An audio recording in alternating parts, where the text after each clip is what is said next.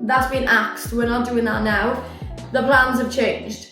So, welcome back to another episode of the YouTube channel. Let's have a little bit of a girly catch up and a gossip and fill you in on what the hell's changed in the last 2 weeks for me. The last episode I gave you a little bit of a rundown of my 6-week cut and where I was at, and that I was extending that an extra couple of weeks just to drop a couple more kilos. I say a couple more kilos, like 2 more kilos. However, that's been axed. We're not doing that now. The plans have changed. So I actually managed to get myself tickets to Hyrox London, which will be on the 4th or the 5th of December, something like that. And it's currently the beginning of June. So I've got a good 5 months of prep to get there. So ultimately my goals are very much performance based now. I had a little bit of a catch up with my coach last week, and we ran through like where I was at now with lifestyle and routine, the goals I wanted to achieve essentially in time for Hyrox, and how that was going to look for us. And because of my very unique situation, it means we can do things a little bit different to the average person, which I'm very, very grateful for. With running the gym, I'm sure most of you know by now, I've got a team of staff working under me, and I don't do a whole load of the gym floor coaching anymore. I do majority of running the business and working on the business and research on how we expand and grow and bring new things in for clients and upgrades and all of these really fun and exciting stuff. But what that means to me is that essentially I can probably get most of my work done, the best part of maybe around 20 hours a week, sometimes less, sometimes a little more, just depends on what's going on for that week.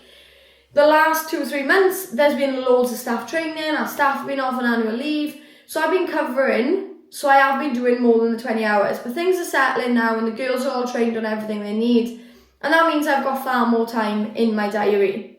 You girls know me, I am not someone that rests, I'm not someone that sits still, and the last 2 or 3 weeks I've been really enjoying, or so I thought, the lie-ins and being able to have slower mornings and things like that.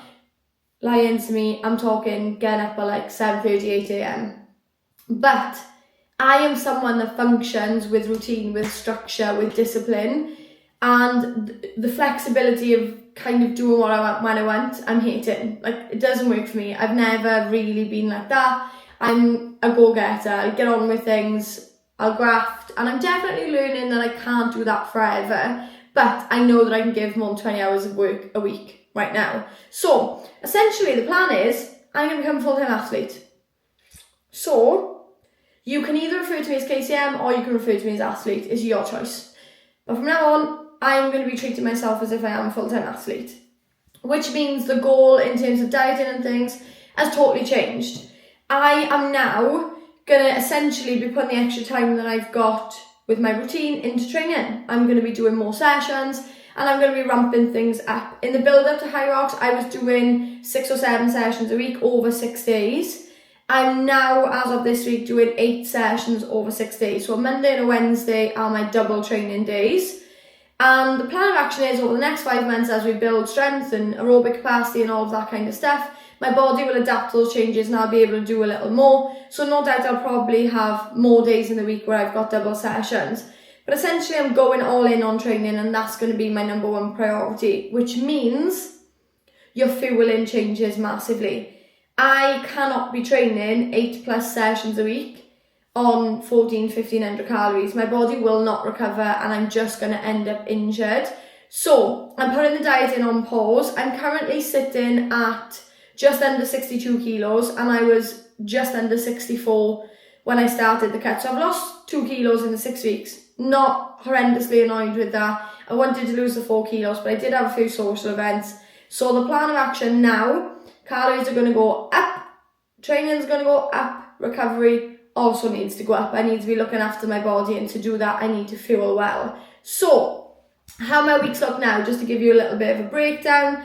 Mondays, like I said, is my double session. So I've got a strength session on a Monday morning. On a Monday evening, I've got a slow run. Then on a Tuesday, I have my conditioning erg work. So for me, as a small woman, ergs are probably the things that, you know, we're kind of fighting an uphill battle with. For Hyrox, they're the ones that are going to need the most work to be more powerful and faster on, because obviously I am smaller. So I've got a whole day dedicated to it. I done my first session of it today. It was 45 minutes. 45 minutes of herb work. It was horrendous, but I absolutely loved it. And I'm really looking forward to seeing how my fitness improves over the next like 6 to 8 to 12 weeks of doing all of that. Wednesday then is my second strength session, and it's also my second day of split training. So I've got a strength session and I've got a 30-minute AMRAP conditioning based session. So at the moment, I think I'm actually going to try doing the AMRAP in the morning and the strength in the afternoon, because I can do an AMRAP on less food, whereas the strength I'm going to need a little bit more fuel. So I need to time that right to see how I do it. Thursdays are my rest day. They're my favourite day of the week. They are the day as well where work-wise I have the least on. So it's really nice to have a little bit more of a chill day, active recovery, get up for a nice long walk, that type of thing. Friday then is my favourite training session. It's my lifting session. So I've got my snatches and my clean and jerks that day, and then a little bit of strength and prehab work. Saturdays are my Hyrox style sessions. So they change a little every week. But I've got some form of Hyrox type of circuit with a little bit of strength work afterwards.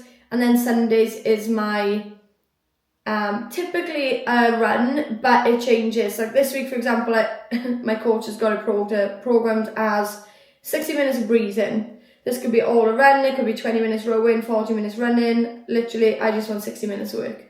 So it's just 60 minutes movement. I probably will stick with running on a Sunday, a long run, just because I enjoy that and I'm used to doing that now.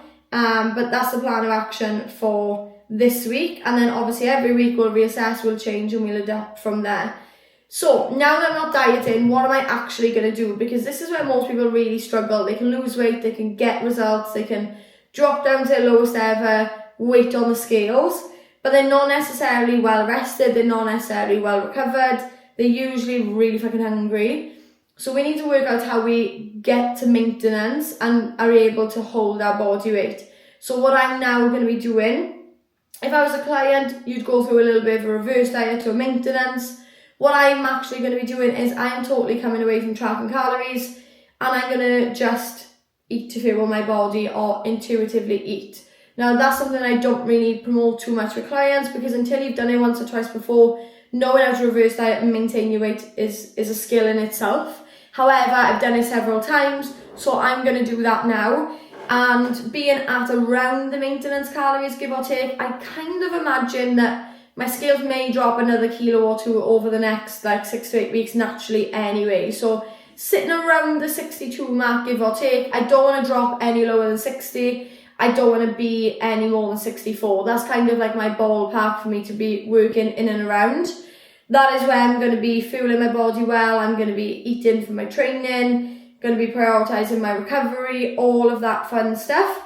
So I will do some like what I eat in a day type of stuff, especially like non-tracking based, because I think everything you see on social media, Instagram, TikTok, YouTube, wherever it is what I'm eating to build muscle on X calories, what I'm eating, dieting on Y calories. There's never really a lot of information of like, here's how I eat to maintain my weight without needing to obsess over every calorie that's in the food that I consume. So that's what I'm going to do over the next couple of weeks to keep you up to date with that. I'm going to continue tracking my progress via YouTube and vlogging and documenting the whole journey, because this is going to be a very different process for me.